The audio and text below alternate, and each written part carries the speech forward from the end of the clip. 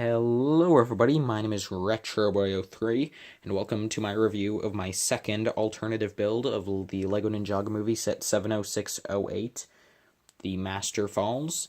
And today I'll be taking a look at this model I have created using only the parts from that set and that set alone, this model being called the Ninjago City Dock Attack. So, without further ado, let's get into it. Starting off, here we are with the main structure of the set, and to just start off, we'll start by focusing on this large building section. Just moving the figures off of here and out of the way. You can see that here we have this large, sort of two-story looking building, although in all actuality it's really only the one room on the floor, but anyway, you can see that there is a tree growing out of the wall, as well as this entire thing is sort of built on just sort of a rocky outcroppings that's sticking out of the water. And turning this around to the back, you can see that the inside room is very simple, really only having a table with a plate, as well as storage for just two katanas. But draping over it is this large rope ladder up to this upper section, and in here is just sort of a little attic where we're just storing this single LEGO Games figure. And that could just represent the sort of treasure that's being gone after in this set. Or possibly that could also be just sort of a booby prize. And because the real thing Garmadon is looking for is stashed somewhere else on this model. And you can see that there's also a little small bridge connecting this section to the docks over here, which sort of have a treacherous path complete with this rock spike, as well as some plants sticking out on the side, and that rock spike is actually a feature, but in order to activate that play feature, we will have to do something to the dock, because as you can see, currently the dock looks very nice and pristine, all connected up, and at the front we just have, this little bumper here at the front, so if a boat bumps into the dock, it's all good and there won't be any major damage. But in order to actually utilize the play feature, we're going to need to separate the dock into three separate segments. So we will actually attach the first one. Great, now everything's going to break. We're going to attach the first piece back onto the clips, and then for the second and third pieces, the clips will just sort of rest on top, but they won't actually connect them. Let me see if I can get this to even work. Give me a second. Okay, the thing I'd forgotten is that for the play feature to work, you do have to remove the front piece with the bumper, as that adds on too much extra weight. The feature, now that the dock is segmented into three pieces, is that if you just pull back on this little rock spike, then the dock will just fall into the water.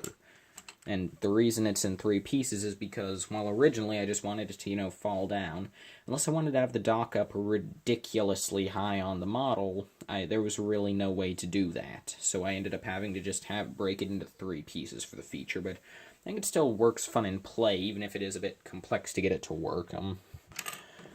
Underneath you can see sort of just the sliding path that you would have to pull this section through, and this section is actually where the real prize is. Here we just have this little map, the Temple of the Ultimate Weapon. Which, technically Garmadon would already know where that place is, because it is his childhood home for some stupid reason that I don't understand, but anyway.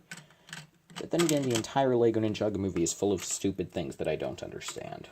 The movie is just kind of terrible now that I think of it. Well, it's not now that I think of it, I've always thought that, but it's not good. Don't watch it. But I apologize that my voice is really low and muttery in this video. I actually have a bit of a cold at the moment. A bit of a sore throat, rather. But anyway, something I forgot to mention is that, like in my last model, I have used the skeleton included with the set as a little extra soldier for Garmadon, as the movie did actually show that Garmadon does, or at least, well, not does, but he used to have skeletons in his employ during some earlier battle where he met Misako. Well, maybe not in his employ, maybe he was just fighting alongside them. I don't know. The movie didn't explain anything good at all, but there are a few side builds. And the first of them is just this little section for Garmadon to hide out in, sort of just like Obviously not his volcano, but and not even, like, close to being a good representation of it, but I mean, like, there's a hole at the top if that means anything.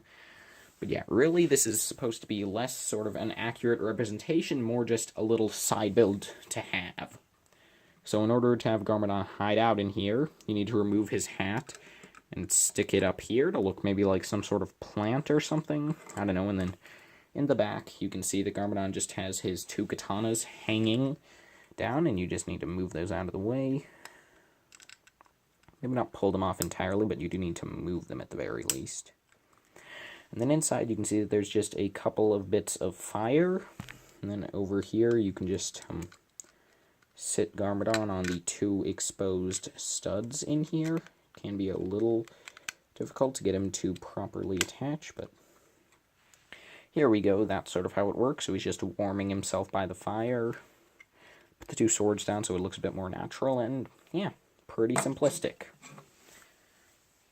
The other Garmadon-based side build we have is just this little catapult for a couple of evil scorpions, because yes, just like the skeleton, I'm also reusing the scorpions as baddies. Except now to make them look a bit more, well, bad, and maybe, like, you know, Shark Army-esque, I've added a couple of just clear tiles onto the tops of them to make them look maybe robotic. I don't know, but you can see that they're just on this little tiny island with a palm tree over to the side.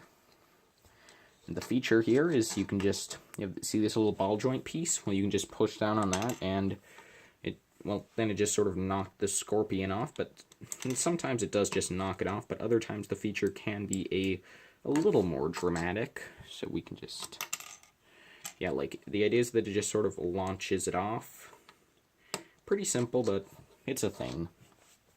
And the last build is just like how in the last version of this model, well, not really the last version, but the last thing I made from this set's pieces. In that set I made a mech to use up a ton of the pieces from the cage in the original set. And this time, since I literally had pretty much all the parts left over from that, and actually I'd originally planned on just reusing the cage, but since I'm better than that, I instead made this little raft, complete with a little bumper up at the front. Well, you could use it as a bumper if you maybe fold it like this, but also it could just sort of be like a roll cage to keep someone in. I don't know, but yeah. There's just studs to sit 2 figures in here. Really simple, but yeah, that's a thing. And really, that's pretty much all I have to show here. Nothing too complex, just sort of, I'll just zoom out again, just sort of another fun alternate build for this set. Yeah. So, thank you all so much for watching this video. I have no idea when instructions will be out, but I will see all of you in the next video. Farewell.